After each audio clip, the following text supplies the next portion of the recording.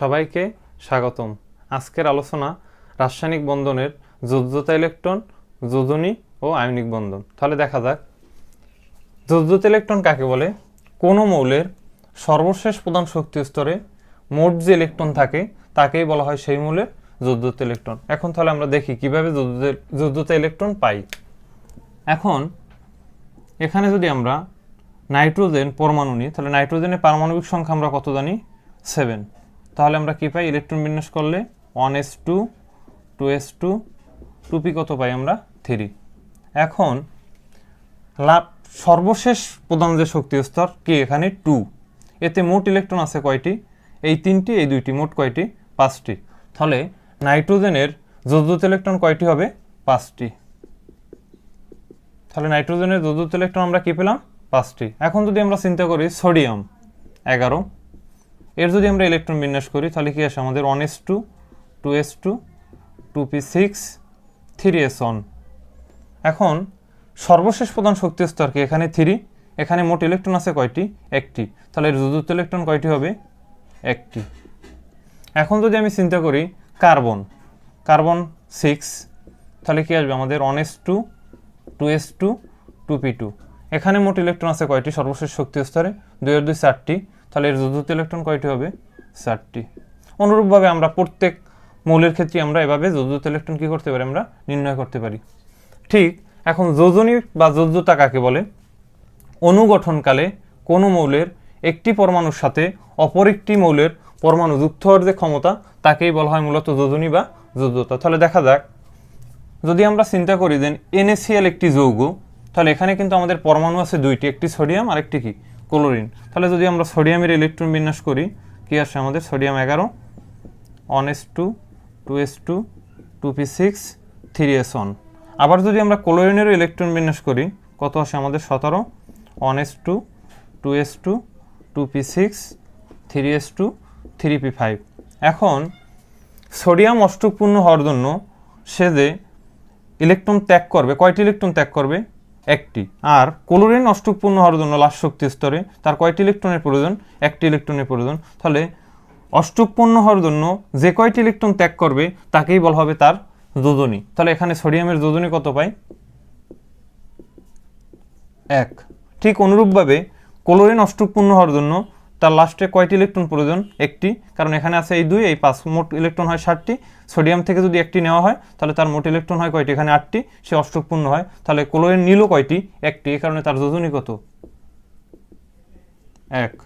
অনুরূপভাবে যদি আমরা আরও বিভিন্ন যৌগ নিয়ে চিন্তা করি, ঠিক একইভাবে আমরা এরকম ইলেকট্রনের মাধ্যমে তার কি যোজনী নির্ণয় করতে পারি। তাহলে এখন আমাদের দেখা যাক যে আয়নিক বন্ধন কিভাবে আমাদের কাজ করে।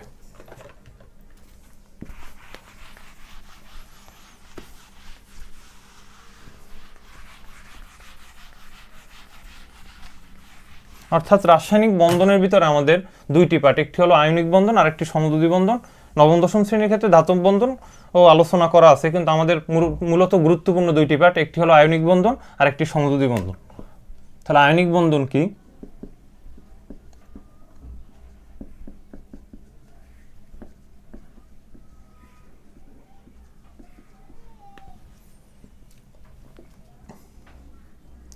ইলেকট্রন ত্যাগ ও গ্রহণের ফলে সৃষ্ট ক্যাটায়ন ও অ্যানায়ন যে বন্ধন তৈরি করে তাকেই বলা হয় আয়নিক বন্ধন। অর্থাৎ ধাতু মূলত ইলেকট্রন ত্যাগ করে আর অধাতু মূলত ইলেকট্রন গ্রহণ করে। তাহলে ধাতু ও অধাতুর মধ্যে ইলেকট্রন ত্যাগ ও গ্রহণের ফলে ধাতু ও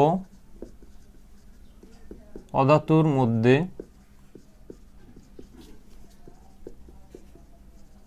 ইলেকট্রন ত্যাগ ও গ্রহণের ফলে সৃষ্ট ক্যাটায়ন ও অ্যানায়ন যে বন্ধন তৈরি করে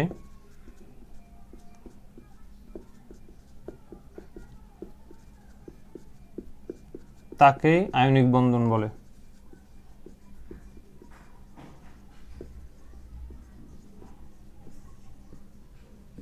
অর্থাৎ আয়নিক বন্ধন সম্পন্ন হয় ধাতু আর অধাতুর মধ্যে এবং একটি ইলেকট্রন ত্যাগ করে, অন্যটি কি করে? ইলেকট্রন গ্রহণ করে। উদাহরণস্বরূপ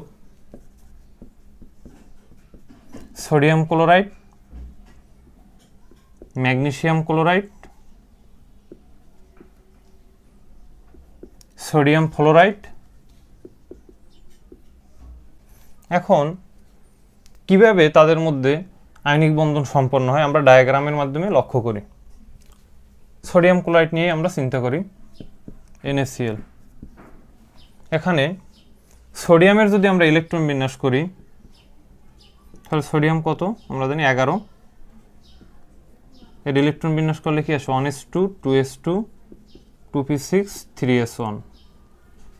আর যদি আমরা ক্লোরিনের ইলেকট্রন বিন্যাস করি, ক্লোরিন কত 17, কি আসে আমাদের 1s2 2s2 2p6 3s2 3p5।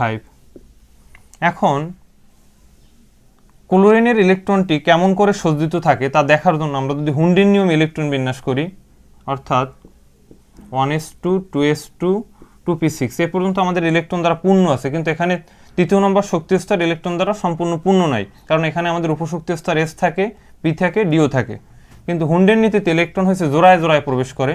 তাহলে আমরা যদি কাজ করি এখানে 3s 3px 3py 3pz, তাহলে এখানে জোড়ায় জোড়ায় যদি আমরা ইলেকট্রন দিই তাহলে এখানে 2টি, এখানে 2টি, এখানে 2টি, এই গেল মোট কয়টি 6টি, কিন্তু মোট ইলেকট্রন ছিল কয়টি 60টি। তাহলে এখানে বেজের ইলেকট্রন আছে কয়টি 1টি। এখন যদি আমরা ডায়াগ্রাম চিন্তা করি, সোডিয়ামের ডায়াগ্রাম,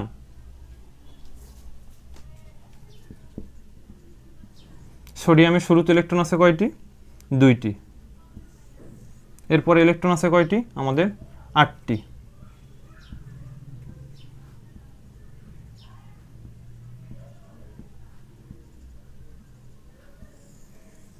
এরপরে ইলেকট্রন আছে কয়টি আমাদের 1টি।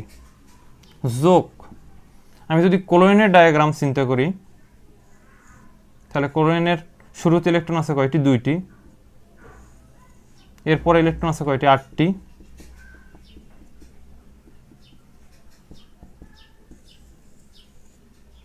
এরপরে ইলেকট্রন আছে আমাদের 3 জোড়া, আর একটি কি ভিন্ন আমাদের। এখন সোডিয়াম একটি ইলেকট্রন ত্যাগ করে তার নিকটবর্তী নিষ্ক্রিয় মূল নিয়নের ইলেকট্রন বিন্যাস অর্জন করে। আমরা জানি নিয়নের ইলেকট্রন সংখ্যা থাকে মোট কয়টি 10টি। তাহলে সোডিয়াম যদি একটি ইলেকট্রন ত্যাগ করে তাহলে তার মোট ইলেকট্রন সংখ্যা দাঁড়ায় কয়টি 10টি। অনুরূপভাবে ক্লোরিন যদি একটি ইলেকট্রন নেয় তখন তার মোট ইলেকট্রন সংখ্যা দাঁড়ায় কয়টি 18টি, অর্থাৎ তখন সে কার ইলেকট্রন বিন্যাস অর্জন করে আর্গনের, কারণ আর্গনের টোটাল আমাদের কি থাকে আমাদের পারমাণবিক সংখ্যা থাকে কতটি মোট 18টি। এখন সোডিয়াম যদি একটা ইলেকট্রন ত্যাগ করে তাহলে আমরা জানি যে ইলেকট্রন ত্যাগ করে সে সৃষ্টি হয় কি ক্যাটায়ন, আর যে ইলেকট্রন গ্রহণ করে তার সে তৈরি হয় কি অ্যানায়ন। তাহলে দেখা যাক এখানে সোডিয়াম থেকে যদি একটি ইলেকট্রন ত্যাগ করা হয় তখন তার ডায়াগ্রামের রূপ কেমন আসে।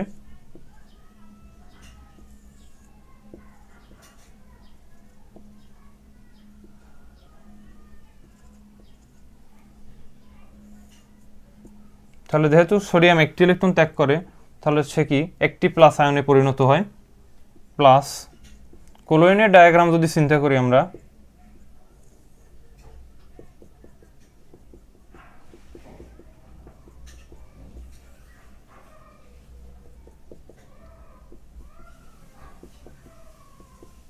এখানে একটি ইলেকট্রন আসে তাহলে তার আয়নিত রূপ হয় কি ডায়াগ্রামের মাইনাস। এখন আমাদের সোডিয়াম প্লাস পেলাম আর ক্লোরিনকে পেলাম আমরা মাইনাস, তাহলে এই প্লাসটাকে বলা হয় ক্যাটায়ন আর ক্লোরিন মাইনাসটাকে বলা হয় অ্যানায়ন। তাহলে ক্যাটায়ন আর অ্যানায়নের মধ্যে যে বন্ধন হয় তাকেই তো বলা হয় কি আমাদের আয়নিক বন্ধন। তাহলে এখানে আমাদের যে যৌগ হলো তা কি আমাদের Na প্লাস প্লাস কি ক্লোরিন মাইনাস, অর্থাৎ তাহলে আমাদের যৌগ আসলো কি NaCl। তাহলে NaCl এর মধ্যে আমাদের কোন ধরনের বন্ধন বিদ্যমান আয়নিক বন্ধন বিদ্যমান, অর্থাৎ ডায়াগ্রামের মধ্যে আমরা কিভাবে পেলাম শুরুতে আমাদের মেইন ডায়াগ্রাম, পরবর্তীতে যে ইলেকট্রন ত্যাগ করে সে হয় ক্যাটায়ন আর যে ইলেকট্রন গ্রহণ করে সে হয় কি অ্যানায়ন। তাহলে তাদের মধ্যে যে বন্ধন সম্পন্ন হয় তাই কি আমাদের আয়নিক বন্ধন। অনুরূপভাবে যদি আমরা ম্যাগনেসিয়াম ক্লোরাইড নিয়ে কাজ করি, ম্যাগনেসিয়াম ক্লোরাইডের মধ্যেও আয়নিক বন্ধন বিদ্যমান, কারণ কি ম্যাগনেসিয়াম এখানে ধাতু, ক্লোরিন কি এখানে অধাতু। তাহলে ম্যাগনেসিয়ামের পারমাণবিক সংখ্যা আমরা কি জানি 12, ইলেকট্রন বিন্যাস করলে আমরা কি পাই 1s2 2s2 2p6 3s2। ক্লোরিনের electron বিন্যাস করলে আমরা কি পাই 1s2 2s2 2p6 3s2 3p5। যদি আমরা হুন্ডের নীতিতে ইলেকট্রন বিন্যাস করি তাহলে আমরা কি পাই 1s2 2s2 2p6, অর্থাৎ হুন্ডের নীতিতে জোড়ায় জোড়ায় ইলেকট্রন থাকবে। এখানে যেহেতু আমাদের উপশক্তি স্তর থাকে sp_d, এই কারণে আমরা যদি পুনরায় শুরু থেকে জোড়ায় জোড়ায় দিয়ে যাই তাহলে আমাদের কি আসে 3s2 3px2 3py2 3pz1। এখন যদি আমরা ডায়াগ্রাম অঙ্কন করি তাহলে আমাদের কি আসে দেখা যাক। ম্যাগনেসিয়ামের মোট ইলেকট্রন আছে কয়টি আমাদের প্রথম শক্তি স্তরে 2টি, দ্বিতীয় শক্তি স্তরে 6 কয়টি আছে আমাদের 8টি,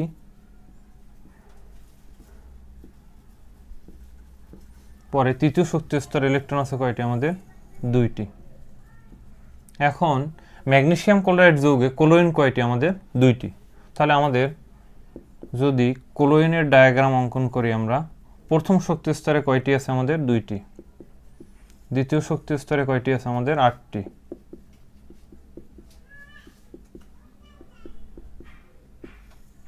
তৃতীয় শক্তি স্তরে আমাদের 3 জোড়া, বাকি একটি আছে আমাদের সিঙ্গেল। এখন আমাদের ম্যাগনেসিয়াম ক্লোরাইড যৌগে ক্লোরিন ছিল কয়টি আমাদের 2টি। আমি এখানে একটি ক্লোরিনের ডায়াগ্রাম অঙ্কন করলাম, বাকি একটি ক্লোরিনের ডায়াগ্রাম এখানে অঙ্কন করি। এই আমাদের 2টি, এই আমাদের 8টি, পরবর্তীতে আছে আমাদের কয়টি 60টি, এক জোড়া এক জোড়া এক জোড়া, বাকি একটি সিঙ্গেল। এখন ম্যাগনেসিয়াম 2টি ইলেকট্রন ত্যাগ করবে, তাহলে একটি ইলেকট্রন নিবে ক্লোরিন, বাকি আর একটি ইলেকট্রন নেবে আরেকটি ক্লোরিন। তাহলে এখানে ম্যাগনেসিয়াম মূলত কয়টি ইলেকট্রন ত্যাগ করলো 2টি। তাহলে তার ডায়াগ্রামের রূপ আসে কি, অর্থাৎ ম্যাগনেসিয়াম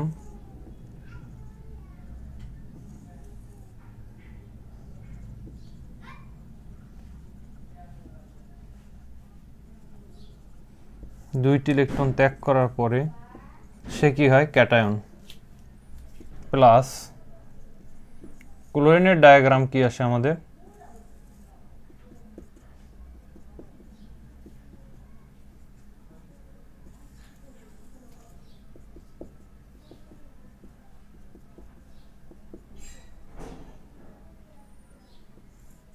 ক্লোরিন যেহেতু একটি ইলেকট্রন গ্রহণ করে সেহেতু তার আয়ন হয় কি একটি মাইনাস আয়ন, কিন্তু আমাদের ক্লোরিন ছিল কয়টি 2টি, তাহলে আমরা এখানে 2 ব্যবহার করতে পারি। তাহলে আমাদের পরবর্তীতে তাদের ক্যাটায়ন বা অ্যানায়নের রূপটি আসে কি, ম্যাগনেসিয়াম হয় আমাদের 2+ আর ক্লোরিন হয় কি 2Cl-। তাহলে ম্যাগনেসিয়াম 2+ আর 2Cl- মিলে আমাদের কি হয় MgCl2। তাহলে MgCl2 এর মধ্যে আমাদের কোন ধরনের বন্ধন বিদ্যমান হয়, আয়নিক বন্ধন। অর্থাৎ ম্যাগনেসিয়াম তার নিকটবর্তী নিষ্ক্রিয় মৌলের ইলেকট্রন বিন্যাস অর্জনের জন্য সে 2টি ইলেকট্রন ত্যাগ করে, আর ক্লোরিন নিকটবর্তী নিষ্ক্রিয় মৌলের ইলেকট্রন বিন্যাস অর্জনের জন্য একটি ইলেকট্রন গ্রহণ করে, কিন্তু 2টি ক্লোরিন 2টি ইলেকট্রন গ্রহণ করে, যার ফলে ম্যাগনেসিয়াম 2টি ইলেকট্রন ত্যাগ করে তৈরি হয় ক্যাটায়ন, আর ক্লোরিন একটি ইলেকট্রন গ্রহণ করে তৈরি হয় কি অ্যানায়ন। তাহলে এই সৃষ্ট ক্যাটায়ন আর অ্যানায়নের মধ্যে যে বন্ধন তৈরি হয় তাকেই বলা হয় কি আয়নিক বন্ধন। তাহলে ম্যাগনেসিয়াম ক্লোরাইডের মধ্যেও আমাদের কি আয়নিক বন্ধন বিদ্যমান। তাহলে দেখা যাক পটাশিয়াম ফ্লোরাইডের মধ্যে আমাদের কোন ধরনের বন্ধন বিদ্যমান।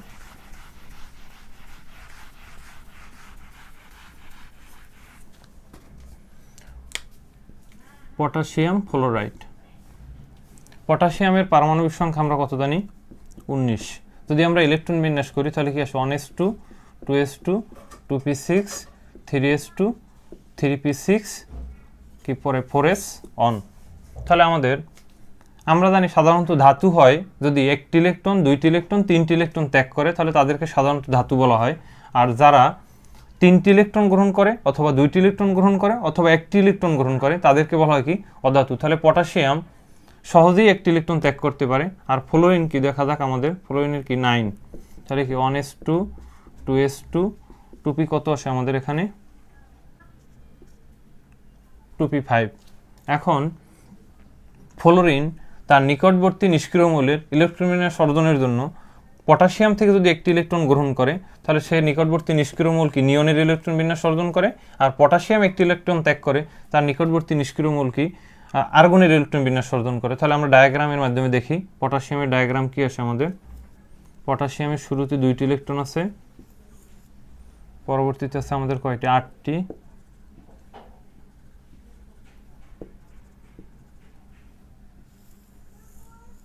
তৃতীয় শক্তি স্তরে আছে আমাদের কয়টি 8টি,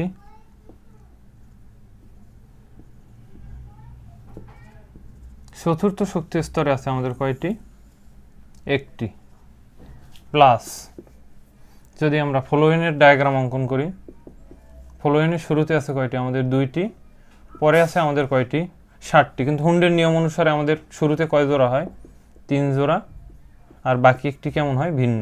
তাহলে পটাশিয়াম অবশ্যই এখান থেকে একটি ইলেকট্রন ত্যাগ করবে আর ফ্লোরিন কি একটি ইলেকট্রন গ্রহণ করবে। তাহলে আমাদের পরবর্তী ডায়াগ্রামের রূপ আসবে কি, এখান থেকে যদি আমরা পরবর্তী ডায়াগ্রামের রূপ অঙ্কন করি, তাহলে পটাশিয়াম ফার্স্ট, পরে সেকেন্ডে আছে কয়টি আমাদের 8টি,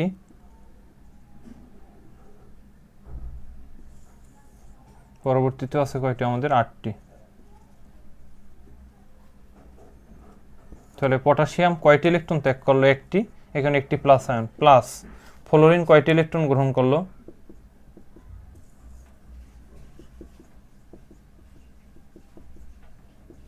1টি ইলেকট্রন গ্রহণ করলো, যার ফলে কি হয় ফ্লোরিন মাইনাস।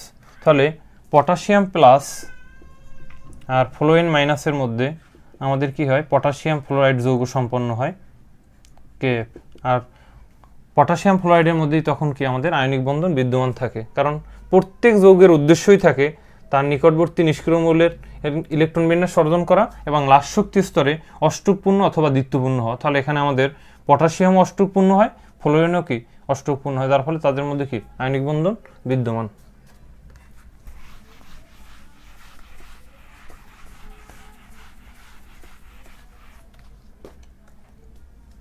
এখন যদি আমরা ম্যাগনেসিয়াম ফ্লোরাইড নিয়ে কাজ করি বা সোডিয়াম ফ্লোরাইড, প্রত্যেকটি একই রকম, আমি আরেকটি করি সোডিয়াম ফ্লোরাইড NaF। তাহলে সোডিয়ামের কি জানি আমরা 11, কি আসে আমাদের 1s2 2s2 2p6 3s1, আর ফ্লোরিন কত জানি আমরা 9, তাহলে কি আসবে আমাদের 1s2 2s2 2p কত আমাদের 5। এখন যদি হুন্ডের নীতিতে করি আমরা, তাহলে এটাকে আরেকটু কাজ করা যায়, কি আসে আমাদের 1s2 2s2 2px2 2py2 2pz1। এখন যদি আমরা ডায়াগ্রাম অঙ্কন করি, তাহলে সোডিয়ামের ডায়াগ্রাম কি আসবে, সোডিয়ামের শুরুতে কয়টি ইলেকট্রন আছে 2টি, পরবর্তীতে আমাদের কয়টি আছে 8টি,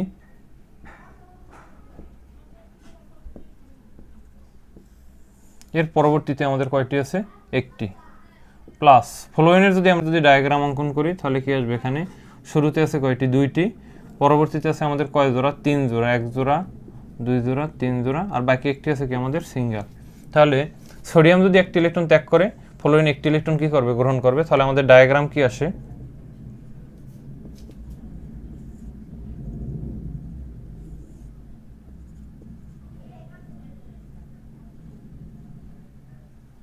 অর্থাৎ সোডিয়াম একটি ইলেকট্রন ত্যাগ করলো, একটি ইলেকট্রন ত্যাগ করে সে কি হলো ক্যাটায়ন, আর ফ্লোরিন একটি ইলেকট্রন গ্রহণ করে সে কি হলো অ্যানায়ন।